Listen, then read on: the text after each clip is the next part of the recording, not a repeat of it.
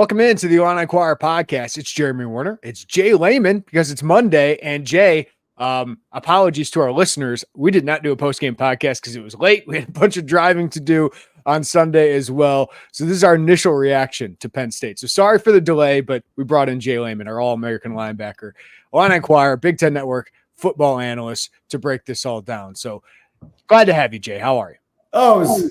It's good to be here. Tough game on Saturday. Obviously didn't get the result we wanted, but there was a lot of positives to take, but also a great snapshot of where we are as a program and where we need to improve. All right, Jay, so let's start here. I just thought you knew Penn State would be the toughest test, right? And they ended up being that.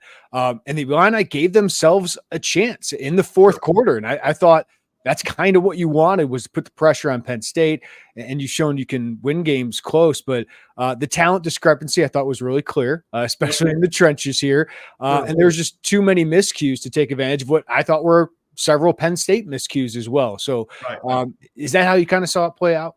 Absolutely. When I saw the spread, was it Monday last week? I thought, 18 and a half or 17. I think up to like 20 by the time we actually played on some different circuits was too high. I just knew this team was going to battle and be close. It was a one possession game midway through the fourth quarter. And so I really commend Illinois for hanging in there, commend the defense for bending but not breaking, getting some big stops on fourth down, and also some of the missed field goals. And offensively, we talk about winning the last 4 minutes of the first half and the first 4 minutes of the second half. And I think that's where the game was really swung, right? We had an impressive drive down there and then kind of shot ourselves in the foot at the 2-yard line, and then didn't have a good opening defensive drive.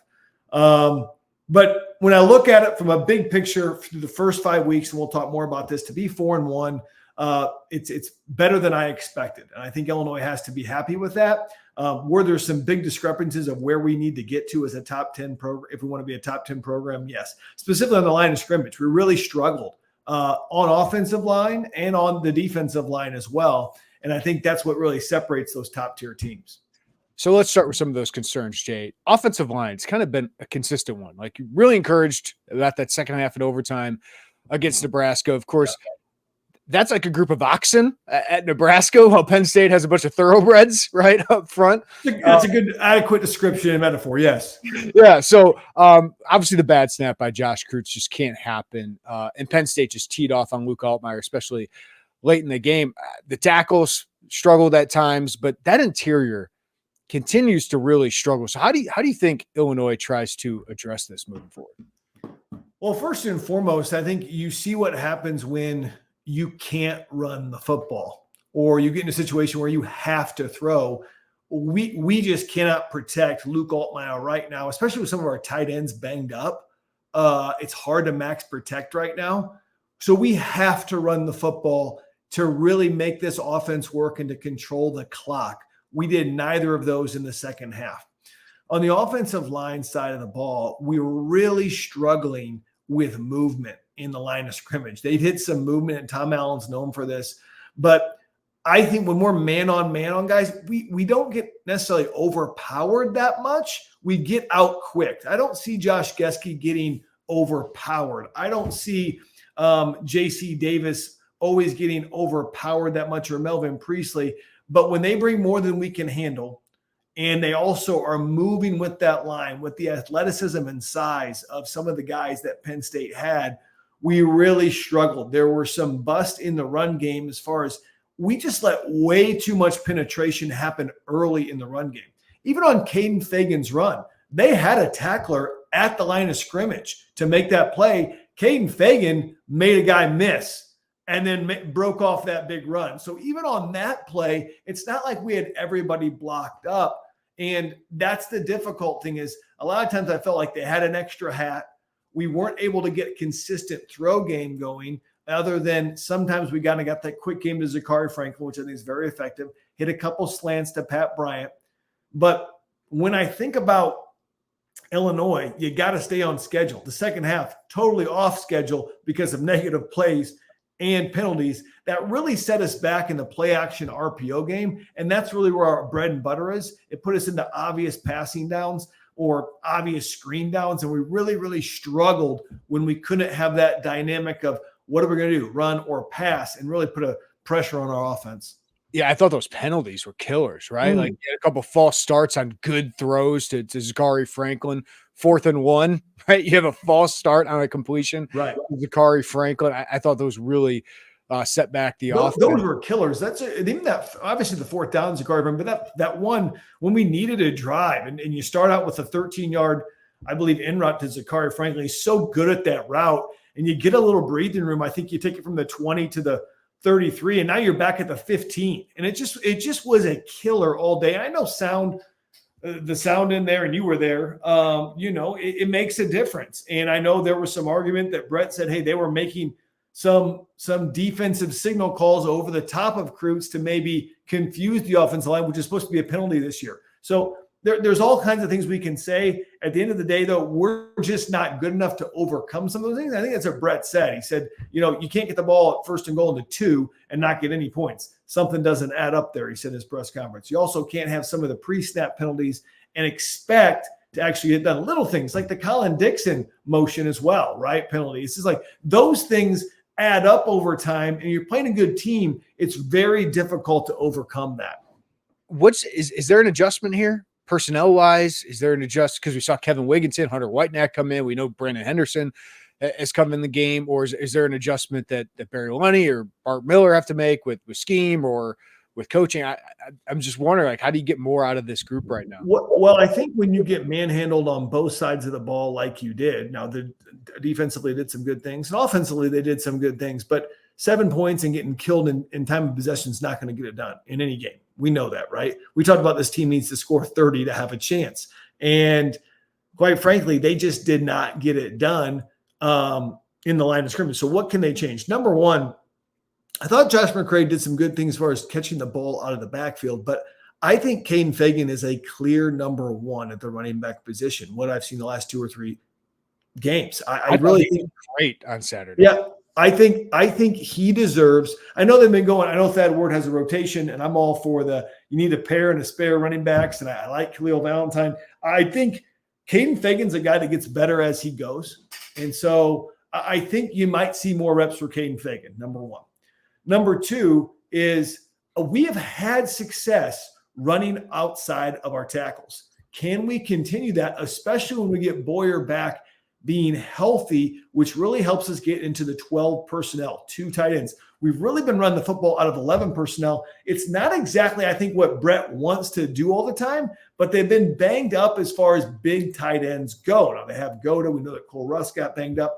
Griffin Moore transferred. We know we have Clayton Linder, who really haven't seen in the big, in the big package yet that much. We've seen Brandon Henderson come in sometimes, but I think we saw the barge package, and that was, on the 2 when they had a bad snap. So we saw some of the different things there, but I think we get into more 12 personnel as we get healthy, especially against the Purdue's and Michigan's. And I think we also do play action off of that with max protection that let us take shots to Franklin and, most importantly, Pat Bryant. Pat Bryant just not targeted enough. Listen, nobody got enough carries because we didn't have enough plays. Nobody got enough targets because we didn't have enough plays, right? We didn't stay on the field long enough to actually make that happen. So 1, I think Caden Fagan needs to get more carries. 2, I think we run the edge with more 12 personnel. 3, I think once we start getting our RPO game going, like that's what's going to lead to better runs as well, because they have to respect our 2 receivers on the outside. So I don't know if it's a personnel change. Only they can decide that hey, is Wigginton a better fit? Is Whitenack a better fit than some of the guards that we have in there right now? I don't see any changes at our center and 2 tackles. I think those guys are probably our best, although Brandon Henderson is a guy that can move around and do a lot of things. I might see, could Brandon Henderson move into a guard position? I don't know. Maybe. He seems to be a guy that's very aggressive at the point of attack. Not to say that other guys aren't, but can we do that? Can we add I'd like to see this, and this is kind of outside the box. I'd like to see a Caden Fagan and Aiden Lawfrey package in together. I'd like to see the Wildcat. Remember, Caden Fagan was a Wildcat quarterback, right? We saw what Tyler Warren in high school. We saw what Tyler Warren did in the package for Illinois against Illinois. Could they have something like that for Caden Fagan? So getting innovative in those packages, I think, will help. Can I bring up, because whenever something doesn't go well, the life of a coordinator, man, is really difficult. Like you get paid well, but man, like if one game goes bad, you go from being the best, like Barry Lunny was against Nebraska, to being the worst to some people with Penn State. I mean, it was a bad snap. Like Illinois does run shotgun. I don't love it all the time, but if they get the ball to Caden Fagan there, it feels like it's going to be a touchdown. Did you have any issues with the play they were running? Like Tyler Warren is an impressive guy, and I do like the idea of a direct snap to Caden Fagan every once in a while, but you just got to snap the ball. It's never been an issue. We've been tremendous in the red zone. I have no issues with it. You got to snap the ball. You have to snap it correctly. It was a bad snap. Good job by Caden Fagan getting on top of it. That being said, remember what Brett was trying to do there. That was trying to get the clock to run out and score, right? So that's why they snuck on 2nd and 1, I believe, just to make him use another timeout there. And then they bring in the barge package and give it to your best running back who's had a great series. And I just think that would have probably been a touchdown. And then it's a totally different game. Even if they do score on that first, you're tied up, and kind of anything can happen in that game. And so that was the opportunity. That was the momentum. So I didn't have a problem with it. I haven't had a problem with Barry Lunny's calls at all in the red zone or when we needed to play. I think he's been innovative. I don't think they had much of a chance in the second half to get any kind of rhythm with some of the penalties they had. And by the time they had the ball and tried to make a drive desperation-wise, everybody knew that Luke was throwing the football. And so it was Pinheir's back there bringing 6 and 7 guys. We don't have another tight end there to max protect, and we really need that. I thought Aaron Henry's game plan was take away the deep shots, and they did. Penn State barely pushed the ball down the field, but Jay, they really didn't have to because their run game was dominant. Run defense we thought could be an issue for this team, and that showed up. The Penn State running backs are really good. Singleton's a dude. But for a second straight season, Andy Kotelnicki, he also kind of really seemed to attack the Illini linebackers. So what did you see with the run defense, what Penn State was able to do that defensive front? Yeah, first and foremost, it felt like they could literally run the ball 4 straight times, go up 4 on 4th down. I don't know if we could ever stop them for 10 yards. Again, though, offensive coordinators get impatient, right? They want big plays too. They want chunk plays too. And that was really what Aaron Henry was trying to do. I mean, how thankful for you when Aller stepped back to throw the football, right? I mean, I think Illinois fans I was even happy when Tyler Warren would come in, because I'm like, at least Nicholas Singleton may not get the ball, right? Or number 9, whatever his name was, came in. Like they just, Kotelnicki, one of his things that Andy Kotelnicki does, the offensive coordinator for Penn State, is he's very innovative. But sometimes that can be cute when you don't need to be cute. I thought they could actually run the football more, much like Kansas could have run the football more. Very similar run schemes that Kansas also had too, kind of the counter plays and pulls. And what I think was very difficult was I thought for the most part when you face Kotelnicki, well, number one, it's getting lined up. I thought we got lined up fine. I thought we had a decent plan. But man, the whole pin pull action we did not do great on, as far as there's down blocks against our defensive linemen trying to stay stout. We were getting washed, and then fitting up those pullers. It felt like when we fit the pullers on the outside, they gash us in the inside. When we spilled the ball and make it go outside, they would outrun our guys, except for Torrey Cox making a great play in the open field that one time when they bounced it outside. So I was really disappointed, though, in our tackling from our linebackers. I thought we had way too many missed tackles and too many safeties saving tackles after 10, 15, 20-yard runs. But what's interesting to me was so evident was what I perceived to be our strongest, physical players played the best. I think Gabe Akis, although he got chipped to kingdom come on one play, right, by Singleton, and then Singleton caught the pass and then bowled over somebody. He was just a grown man. Gabe played well. I thought Joe Barna at times played well because he had the strength. I thought Seth Coleman at times played well. I thought the guys that are a little bit undersized just got swallowed in this game. And it shows you we've got to get better up front. How much were you missing Johnny Newton and Keith last game, right? I mean, you just felt like, man, we cannot stop anything in the interior. Not that they weren't trying hard, but it was just like a washout, basically. We talk about the whiteout. They were getting washed out. But we didn't tackle great at the point of attack. And I'll tell you this, Katron Allen, Nicholas Singleton, those are really, really good backs. That might be the best. That probably be the best tandem of backs we see all year. But you still got to get them down. And we just didn't tackle very well, at least in the front seven. And it was an exposure. We could not get off the field. We could not stop them on third down. And that really deterred our offense from getting back on the field. And so I was disappointed in our linebackers play and some of our defensive linemen's play. That's a position linebacker. They need to get bigger, more athletic, right? Longer, more athletic, both in coverage. I think, Rosiak usually is kind of where he needs to be. He's just kind of undersized, not the most athletic guy. And that weak side linebacker position just hasn't been a strong point with Kenetta Odaluga still coming back from an injury, it feels like. Well, we have a mismatch in some of our linebackers in pass coverage, number one. But number two, you're willing to do that if you have some thudders in the middle. You're like, okay, listen, I'm going to take away the run and really make sure they can't run. And yeah, it's going to be a mismatch if he has to go against Tyler Warren in space or slot receiver. I don't think we have either of that. We've had a lot of nickel personnel in because I think that allows our best football players to get in there. I don't think we're very deep at linebacker. I've liked the way that Dylan Rosiak's played. I think Dylan Rosiak would probably tell you that he didn't play his best game this last game. But the point is when we have a chance to make a tackle as a linebacker, you are the key tackler in that front seven, right? A lot of times other guys are taking on blocks and whatnot, not that you aren't.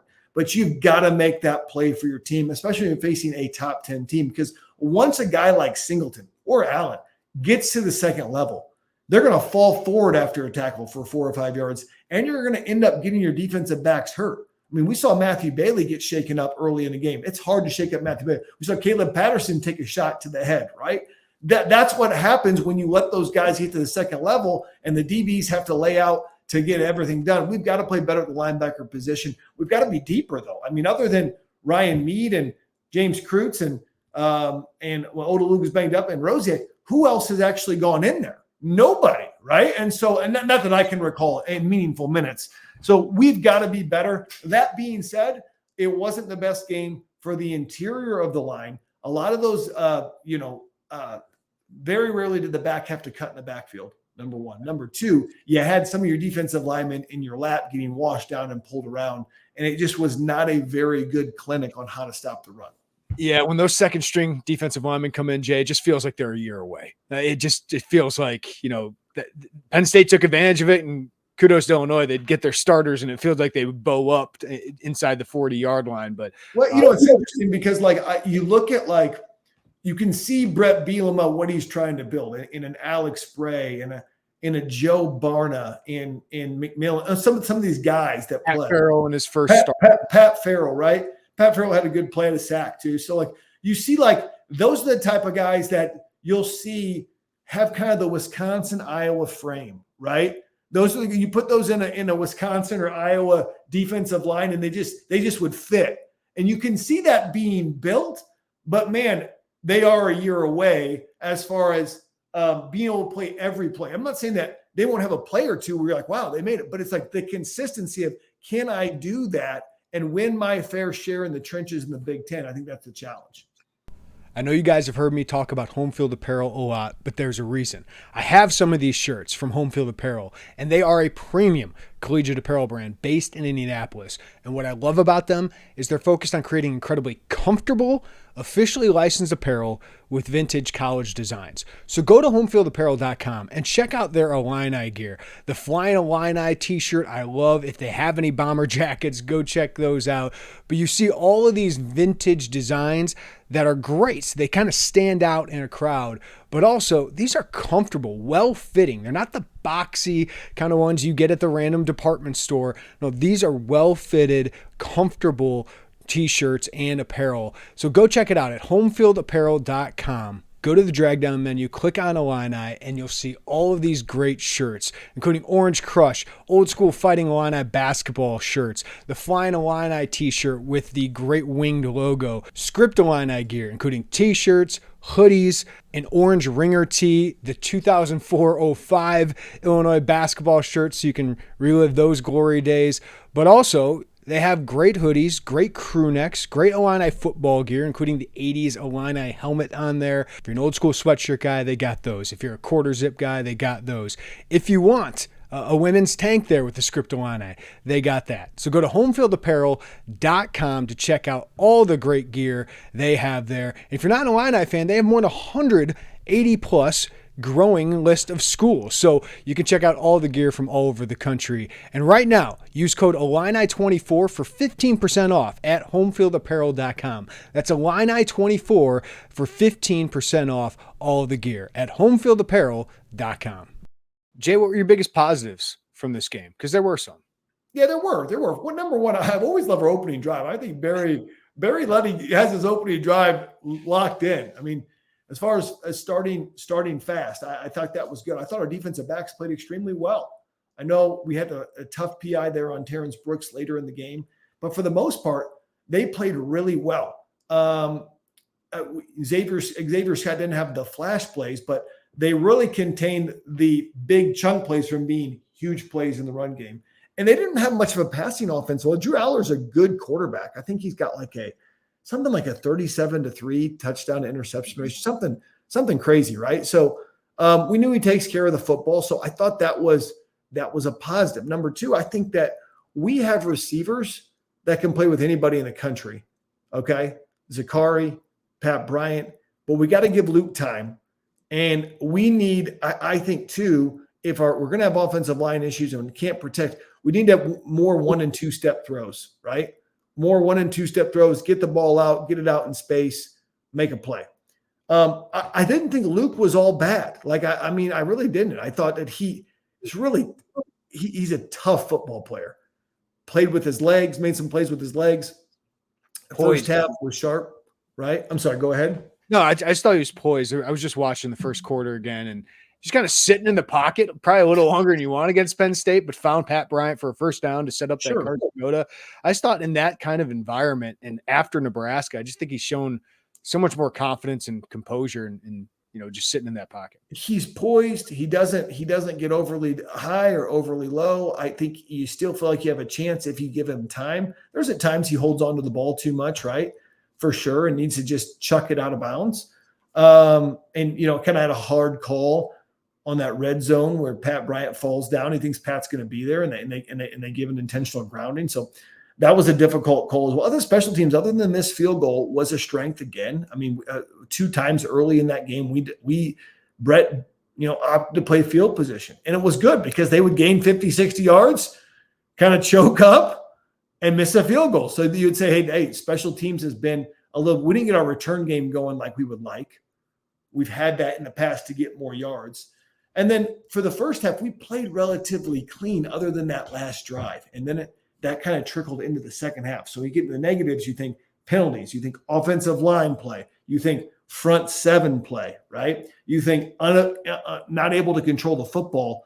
And we part of that is we need more explosive runs in our offense from the running back position and also from the offensive line. How do we do that? I'm not necessarily sure. I did think Tanner Arkin played a pretty solid game. He had some big blocks, out on the edge. He's a solid football player. I think he's Tip Ryman 2.0. Is he a junior or a senior? He's a junior, redshirt. He's going to be a good football player. He's an NFL football player. We need about 1 or 2 more of those guys to really run what Brett wants to run offensively, I think. I want to give a shout out to Hugh Robertson. 2 years ago was a rough up and down year for him. He's been really good ever since. 11 punts inside the 20 to just 2 touchbacks this year. 43 average, but the net for Illinois is really, really high. I think their coverage has been good. I know Tanner Heckle got run out of bounds, but to come in and make that catch at the 4-yard line in that first half, I just think, the punt game has been pretty dang good. So I just want to number one, Tanner Heckle, that was actually a good play, and I'm glad they kept it on there. The rules analysis said that he ran, if you'll watch the TV copy, said he ran out of bounds for 20 yards. That's not true. He got pushed out of bounds. He did try to make it way back, and they caught it. And no one cares how far you can punt. It's all about the net punt. Net punt is one of the most important statistics in all of football. I know it's boring to non-football people, but just watch what Torrey Taylor did yesterday for the Bears. I mean, I'm not going to say Hugh Robertson is Torrey Taylor, but I will say this, is that he's very consistent. He's definitely a weapon. I wish it feels like we have the legs on the kicking side to get any kick done. We're just not there in the accuracy yet. You just feel like, okay, we that could have helped as well. Just getting 3 there would have been big for momentum. So that's a positive, and that's a sign of our depth getting better. Again, we are still a year or 2 away, it feels like, from getting that depth that you need, especially in our offensive and defensive line and front 7. So Jay, there's 2 ways of looking at these games. This game, it could be one, humbling, because it was like, oh, that's what it takes to be a top 10 team in the country or a top tier Big Ten team. But also you can look at it as, hey, we were within a score of them and made too many mistakes. And what if we didn't? What if they did score and there wasn't a bad snap and it's 14-7 going into halftime? And that could be is that the toughest game of the year? I mean, I think Oregon is really, really good. I think Penn State's probably more talented. It's weird to say that offensively than Michigan. But, I mean, you got 2 top 10 teams coming up. But sure. Is that going to be the toughest test of the year for them? I mean, I think as far as exposing Illinois' weaknesses, yes. As far as that, Michigan's going to run the football, number one. So they're going to try to do the exact same thing. But I don't think they have the horses of Katron Allen, Nicholas Singleton. I'm not saying that as it Donovan Edwards and I think Mullins, I think, is their tailback as well. I'm not saying those guys aren't good football players. But when you combine the scheme of Kotel Nicky with the different pulls and different alignments, and you have those 2 backs and a quarterback like Aller that you have to respect, I think that's the toughest matchup for Illinois' defense you're probably going to see all year. Do I think that Dan Lanning is a good defensive coach at Oregon? Yeah. Do I think that Michigan is going to be very physical at the point of attack? Yes, but I think that might be the toughest matchup. I really do, as far as our Illinois defense going against that offense. Now, defensively, they've got a good defense. Tom Allen throws a lot, but I think Oregon's defense is very good. I think Michigan's defense is very good. But I wouldn't be surprised playing at Penn State in the whiteout condition for where we're at, coming off a road game at Nebraska and whatnot, and then traveling to Penn State. I think that'll be our toughest test all year. That's not to say that we will play better against Michigan or we'll play better against Oregon, which will be a tough environment as well, Alton Stadium. But I truly believe that could be our toughest opponent. If that's our toughest opponent, we should know, hey, we're going to be in every game. If we can make critical plays, we can have a very special year. That said, Jay, I think the biggest game on the schedule, and I'm going to sound so coachy, is the next one. It's Purdue, right? Like, this is a team that just fired its offensive coordinator, is reeling. They have played bad. Did they just fire him? Yeah, they fired him. Yeah, yesterday. Okay. So, yeah, I mean, this is a team that is reeling. You get at least a game of film on them. I really thought Ryan Walters would do it after this Wisconsin game just to give themselves a chance against Illinois. But Purdue plays at Wisconsin this week, and they're just playing bad ball. But, like, Illinois struggled to beat Purdue. And this is going to be, Purdue's going to look at this as a big opportunity. You got to take care of this one, right? Because if you're 5-1 heading into the back half of the season, Jay, you feel great about where you are. You're going to be favored in at least 3 more games. And the schedule lightens up after October. But if you find a way to slip up in this one, all of a sudden you just got doubt going into 2 top 10 opponents and a lot of toss-up games. So I just feel like this Purdue game is so important. Just take care of business. It is so big on multiple levels. Like you said, you hit on it. Number one, let's just say this. The positive of being 4-1 is that we're also pretty healthy. I mean, yes. How many times have we lost somebody in September that we're like, oh, man, that totally changes the outlook of the team, right? And so we don't know all the injuries that are going on. I'm sure there's more injuries that they haven't disclosed to us, but it seems like the bye comes at a good time to kind of, hey, let's get our legs back underneath us. We've had 2 tough conference games. Hey, let's do that. But you think about Purdue, and you're like, is it 6 out of the last 7 we've lost? I was there for the 7 of them. So I was there for the 1 win. I was announcing that game, and that was just a mud bowl. And Jeff Brom couldn't throw the football, and Dre Brown won. That's the only game we really won. And so I think this is so important on multiple levels. Now, last year, if you talk to some of the Illinois players, it sounded like Purdue knew all our calls because Walters was telling them. So do they change up the calls so that Walters doesn't know? Another thing is they run a very similar defense. Does Barry know how to attack that? Do we have a little bit of advantage now that we have microphones and helmets, so we can simply talk to our quarterback, and we do huddle, right? So does that give us an advantage that we're not signaling in different things? So all those things play into it. The bottom line, though, you're a better football team. If we take I hate taking common opponents, but you beat Nebraska at their place. Nebraska just beat them pretty soundly at their place, 28-10. They have not looked good. Now, they will play their best game of the season against Illinois. I'm sure of it, right? And Hudson Card still has a big arm. But it shows you, not just at Purdue, but also at Illinois or anywhere else, if you don't have an offensive line, you can't win, right? They went out and got a ton of players in the portal, skill-wise, and some in the offensive line, but mostly skill players. It's not going to help you. You've got to get offensive linemen to help you out. I think defensively, they're much farther ahead than they are offensively. But offensively, they're way, way behind the whole rest of the conference. And so this is where your defense has really got to go out and win a game for you. That's what I believe in this game. I couldn't speak more highly of what Ryan did here, right? Like what he did defensively. I just think he's a great defensive play caller, great developer of talent. And obviously he and Brett combined to do great things along with Aaron Henry. First time coach, right? And he's going through it right now. What has gone wrong there, Jay? I think first and foremost, it's very hard. There's a reason, as good as Ryan Walters is, there's a reason why you rarely see your first head coaching job being a Power 5 team. It can happen, and it can happen successfully if you've been a Kirby Smart and mentored under Nick Saban for 12 years, and then you take over your alma mater. It can happen.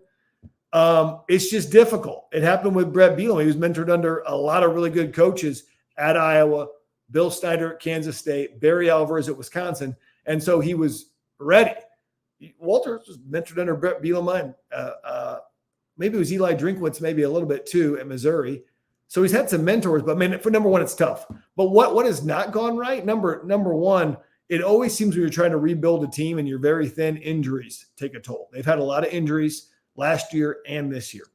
Number two is they came in with expectations sky high, right? They had just won the Big Ten West. Jeff Brom, I think in his last, I saw a stat that at one time was pretty crazy.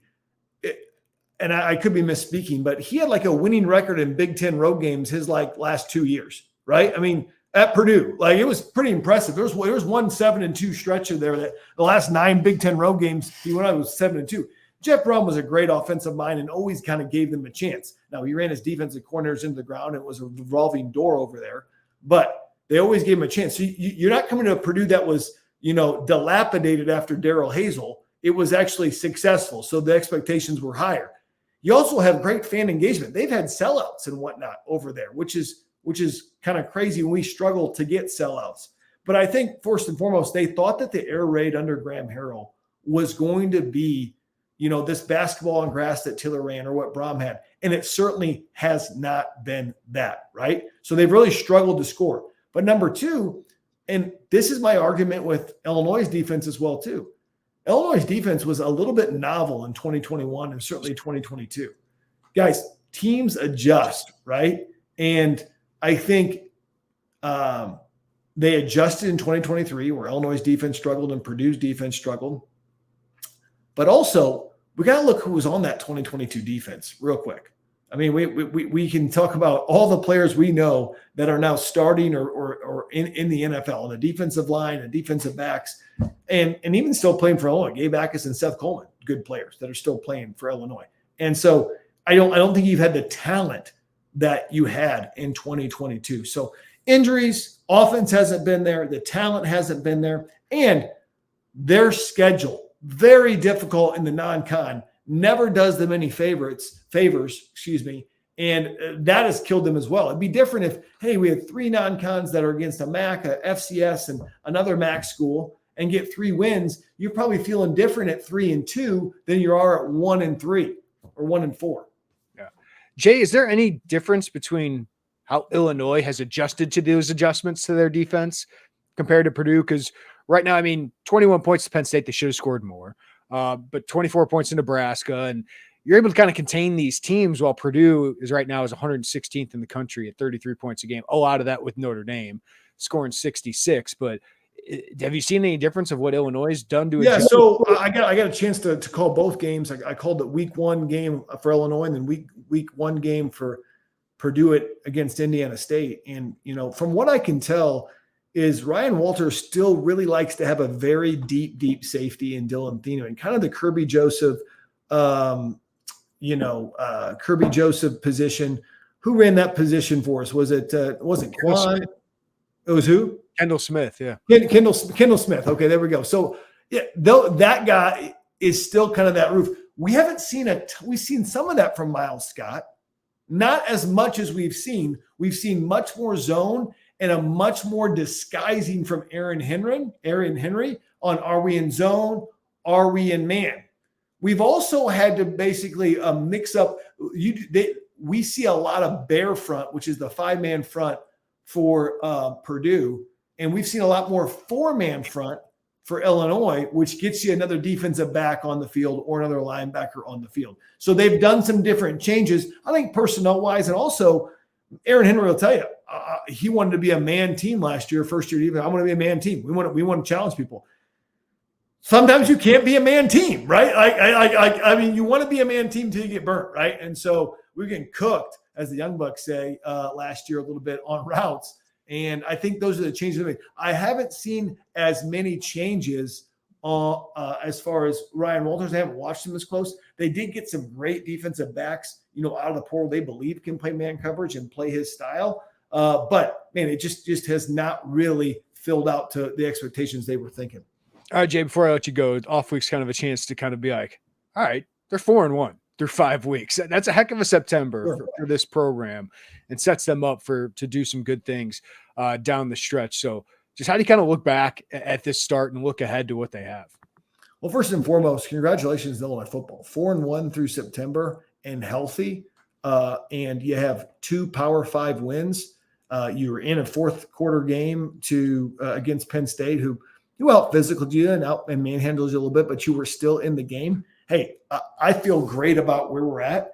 And I feel like, hey, every game that we have on our schedule, we have a chance. There's not one game where I feel like there's no chance that Illinois can actually compete. Do I think that we should be favored in some of these games? Yeah. Are some of them toss-ups? Or some of us not favored? Yes. But what I like is that, hey, we feel very confident, and I feel like we're well coached. We definitely got to clean up the offensive line. We've got to get better. Something defensively, I like the bend but not break. We've got to have more stunts to get us some negative plays in the run game to get people set back. We can bend but not break, but we got to be able to take our chances to stop guys. But if we can stay healthy on the back end and in the front 7, basically we can stay healthy everywhere. Let's just be real. We'll have a chance. And I think Luke Allmeyer is going to continue to get better and better and better as the year progresses and can be playing a very high level in November. So I'm still excited about this football team. I think this is one of the better football teams we've had in years. And I don't think that it's unreasonable to say that the win total for this team could eclipse the win total for 2022. We talk about 2022 being a great year. They're only 8-5 at the end of the year after the bowl game. I think this team has a chance to get past that in the win total if they can execute and shore up some of the areas that they're weak in. Anything, I mean, we can look ahead. Anything stand out to you about those November opponents? Michigan State, Rutgers, close to being Northwestern, and what was the other one? Northwestern and Minnesota. Minnesota, yeah. So I'm most worried about Rutgers. They're playing really good ball right now. They just are very physical at the point of attack, and they're going to make you beat them throwing the football. Offensively, they're very, very basic. We know Kirk Shiraka's offense. It's zone running, run the ball, and they're going to bang the slant. I don't think Ethan Calliot-Manis, like most ex-Minnesota quarterbacks, you know what I've thought about Minnesota quarterbacks for years. It goes all the way back to Tanner Morgan, right? I've never been that excited about them. Never thought they're that good.